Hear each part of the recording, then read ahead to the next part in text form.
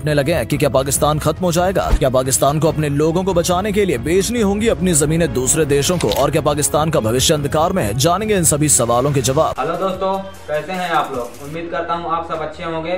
तो आप सबका स्वागत है हमारे न्यू वीडियो में। तो इस वीडियो में हम बात करने वाले हैं 2050 तक पाकिस्तान कैसा रहेगा। तो वीडियो में अंत तक बने रहिए। तो चलिए वीडियो को स्टार्ट करते हैं।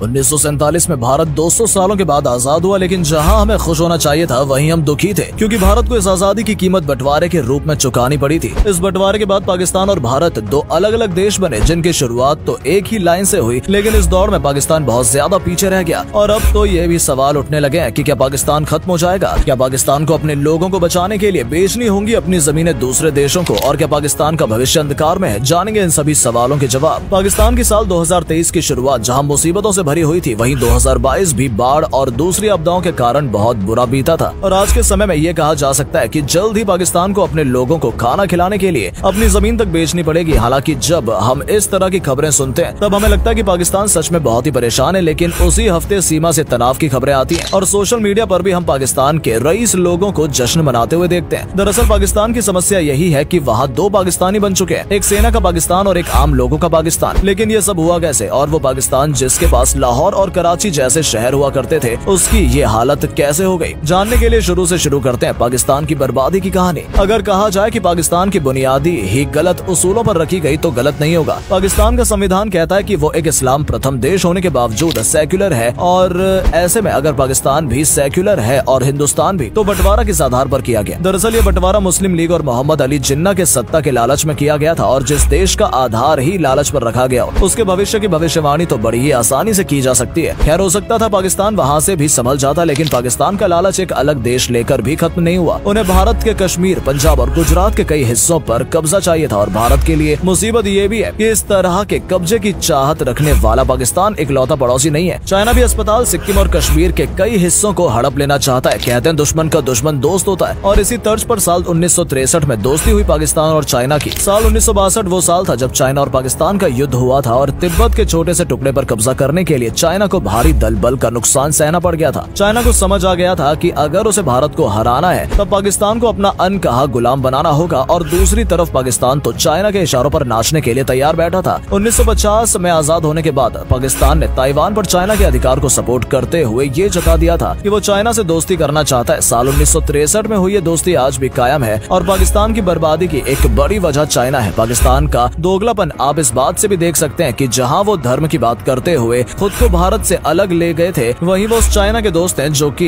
इधर माइनॉरिटी को जूती की नोक पर रखता है। पाकिस्तान की बर्बादी का एक बड़ा कारण तो चाइना है, और दूसरा बड़ा कारण है उसकी अपनी खुद की सेना। सेना का काम होता है कि वो देश को बचाए और ना कि देश के लिए फैसले ले, लेकिन पाकिस्तानी आर्मी खुद को ही सरकार और देश समझती है। और यही कारण है कि पहले प्रधानमंत्री लियाकत अली खान से लेकर आज तक कोई भी प्रधानमंत्री अपने कार्यकाल के 5 साल पूरे नहीं कर पाया। या तो किसी की सेना से नहीं बनी, और या किसी ने सेना की इतनी बात नहीं मानी कि जनता को ही अपने गुस्से का उसका शिकार बनाना पड़ गया। जहां दूसरे देशों की प्राथमिकताएं होती हैं कि वो अपने आप को बेहतर करें, तरक्की के रास्ते पर ले जाएं, पाकिस्तानी सरकार चाहती है कि वो भारत का नुकसान करें ताकि लोग खुश हो जाएं और वोट मिलते रहें। इसका जीता जागता एग्जाम्पल है पाकिस्तान का डिफेंस बजट। क्या आप सोच सकते हैं कि कोई ऐसा देश जिसके पास खाने तक के पैसे नहीं है और उसे बड़े से बड़े देशों के सामने कटोरा लेकर खड़े रहना पड़ता है, वो देश अपने डिफेंस बजट पर $12 बिलियन रुपए खर्च करता है, हर साल नए नए हथियार खरीदता है, परमाणु के मेंटेनेंस में पैसे बर्बाद करता है, तब जबकि उसका पड़ोसी देश कोई तानाशाह देश नहीं बल्कि भारत जैसा शांति प्रिय देश है, जो कि मुसीबत में उसकी जमीन हड़पने के बजाय उसे 4 रोटी खिलाना ज्यादा पसंद करेगा। पाकिस्तानी एडमिनिस्ट्रेशन की बेसिक अंडरस्टैंडिंग में ही समस्या है, और इसी समस्या का फायदा आर्मी द्वारा उठाया जा रहा है। और वो देश जिस पर अपनी जीडीपी का 90% यानी कि $140 बिलियन का कर्जा हो, वो अपनी सेना पर इतने पैसे कैसे खर्च कर सकता है? और दोस्तों, ये बजट तो वो फिगर है जो हमें ऊपर से नजर आता है। असल में तो जो भी फंड्स और ग्रांट्स आती हैं, उसका भी बड़ा हिस्सा पाकिस्तानी सेना की जेब में ही जाता है। आम जनता को भूखे मरना पड़ता है, और पाकिस्तानी सेना के अधिकारी दुबई में आराम की जिंदगी बिताते हैं। एक समय तक अमेरिका ने पाकिस्तान की फंडिंग कर करके उसे भारत के खिलाफ फ्यूल दिया और मानसिक तौर पर इतना अपाहिज बना दिया कि उन्हें भारत को नुकसान पहुंचाना ही प्रोग्रेस लगती है। आज के समय में यही काम चाइना द्वारा किया जा रहा है, और अब एक्सपर्ट्स ये मानते हैं कि जल्द ही पाकिस्तान के लोगों का गुस्सा फटेगा और हो सकता है कि पाकिस्तान के अपने कई टुकड़े हो जाएं। हालांकि दोस्तों, चिंता की बात यह है कि अगर ऐसा कुछ होता है तब उसका नुकसान पूरी दुनिया को झेलना पड़ेगा। दरअसल पाकिस्तान एक परमाणु शक्ति है और एक परमाणु शक्ति देश में गृह युद्ध जैसी स्थिति आने पर दुनिया के लिए खतरा बन जाता है। ऐसे में ये पाकिस्तान के लोगों के लिए भी बड़ी समस्या की बात बन जाएगी, क्योंकि इन सब में उनकी वही हालत होगी जो कि लोगों की बंटवारे के दौरान हुई थी। वही कत्लेआम और कोहराम चारों तरफ मच जाएगा और दोनों ही घटनाओं के दौरान गलती किसी की भी नहीं होगी। सिर्फ लालची नेताओं के कारण आम लोगों को इतना सब कुछ झेलना पड़ेगा। हालांकि दोस्तों, पाकिस्तान के पास अभी भी मौका है। वो भारत के साथ साथ अपने संबंध बेहतर करके चाइना से संबंध तोड़कर, सारे व्यापारिक कॉन्ट्रैक्ट तोड़कर सब कुछ सही कर सकता है। लेकिन ऐसा तब हो सकता है जब ये फैसला